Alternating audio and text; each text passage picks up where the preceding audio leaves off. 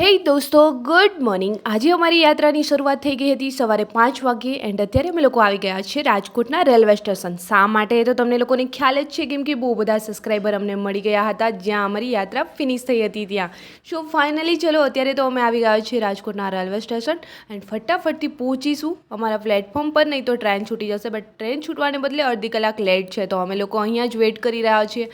So finally અડધી કલાક રાહ જોયા પછી અમારી ટ્રેન બી આવી ગઈ એન્ડ આ તરફ અત્યારે અમે લોકો બેસી ગયા છે ટ્રેનમાં. એન્ડ ઘણા લોકો કમેન્ટ્સ કરી રહ્યા છે એન્ડ ફાઇનલી હવે જણાવી દઉં કે પીએસઆઈના પેપર માટે જઈ રહ્યા હતા, બટ પીએસઆઈનું પેપર જતું રહ્યું અને મેં વ્લોગ તમારી જોડે આજે શેર કરી રહી છું કેમ કે એડિટિંગનો ટાઈમ જ ન મળ્યો ત્યાં.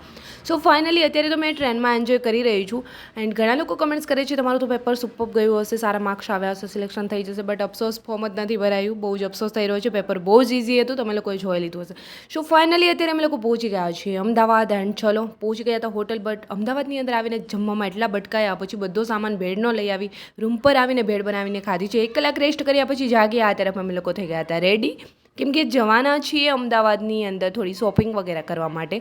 સૌથી પહેલાં આવી ગયા લાલ દરવાજે. બધા કહેતા હોય છે લાલ દરવાજે બધું બહુ સસ્તું મળે છે, તો અત્યારે તો આપણે સસ્તી વસ્તુઓ જ ગોતતા હોય છે. એસ્પિરન્ટની લાઈફમાં તો આવું જ કંઈક ચાલતું હોય છે. ફાઇનલી ત્યાંથી શોપિંગ કરી આવી ગયા કાંકરિયા તળાવ એન્ડ આજે છે હનુમાન જયંતિનો દિવસ. સો ક્યારના હનુમાનજીનું મંદિર શોધી રહ્યા હતા બટ ન મળ્યું. ફાઇનલી અહીંયા હનુમાન જન્મોત્સવ ચાલી રહ્યો હતો, ત્યાં પહોંચી ગયા એન્ડ આજનો દિવસ સુપર રહ્યો છે. એન્ડ આજનો મિની વ્લોગ બી અહીંયા જ કરી સમાપ્ત. જલ્દી મળીશું ન્યૂ મિની વ્લોગ.